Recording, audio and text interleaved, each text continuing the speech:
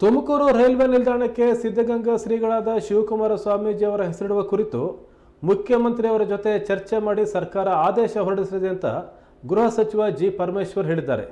ಸಿದ್ಧಗಂಗಾ ಮಠಕ್ಕೆ ಭೇಟಿ ನೀಡಿ ಮಾತನಾಡಿದ ಅವರು, ಶ್ರೀ ಶಿವಕುಮಾರ ಸ್ವಾಮೀಜಿಗಳ ಜನ್ಮದಿನಾಚರಣೆಗೆ ಬರಲು ಆಗಲಿಲ್ಲ.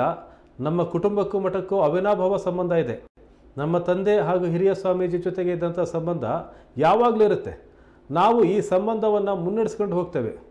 ತುಮಕೂರು ರೈಲ್ವೆ ನಿಲ್ದಾಣಕ್ಕೆ ಶ್ರೀ ಶಿವಕುಮಾರ ಸ್ವಾಮೀಜಿ ಹೆಸರಿಡುವ ವಿಚಾರವಾಗಿ ಮಾತನಾಡಿ, ಸ್ವಾಮೀಜಿ ಹೆಸರಿಡುವ ಪ್ರಸ್ತಾವನೆ ಸರ್ಕಾರಕ್ಕೆ ಬಂದಿತ್ತು.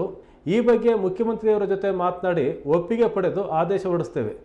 ತುಮಕೂರು ರೈಲ್ವೆ ನಿಲ್ದಾಣ ಸ್ವಾಮೀಜಿ ಅವರ ಹೆಸರಲ್ಲಿ ಶಾಶ್ವತವಾಗಿ ಇರುತ್ತೆ ಅಂತ ಹೇಳಿ ಪರಮೇಶ್ವರ್ ಅವರು ಹೇಳಿದ್ದಾರೆ.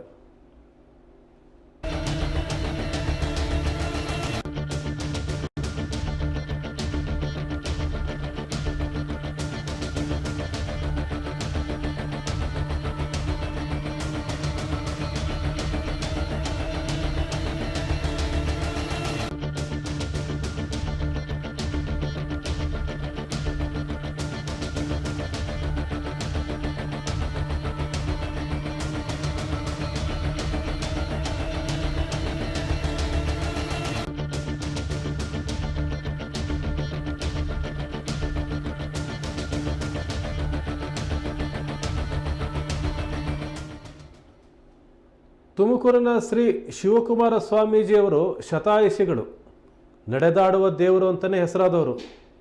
ಲಕ್ಷಾಂತರ ವಿದ್ಯಾರ್ಥಿಗಳಿಗೆ ವಿದ್ಯಾದಾನವನ್ನು ಮಾಡಿದವರು. ಇಡೀ ರಾಜ್ಯದಲ್ಲಿ ಮಾತ್ರ ಅಲ್ಲ, ಇಡೀ ದೇಶದಲ್ಲಿ ಅವರ ಬಗ್ಗೆ ಒಂದು ಗೌರವ ಭಾವನೆ ಇದೆ.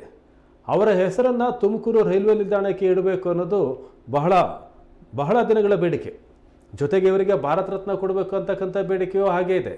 ಈಗ ರೈಲ್ವೆ ನಿಲ್ದಾಣಕ್ಕೆ ಶ್ರೀ ಶಿವಕುಮಾರ ಸ್ವಾಮೀಜಿಯವರ ಹೆಸರಿಡುವುದರ ಬಗ್ಗೆ ಗೃಹ ಸಚಿವ ಜಿ ಪರಮೇಶ್ವರ್ ಮಾತನಾಡಿದ್ದಾರೆ.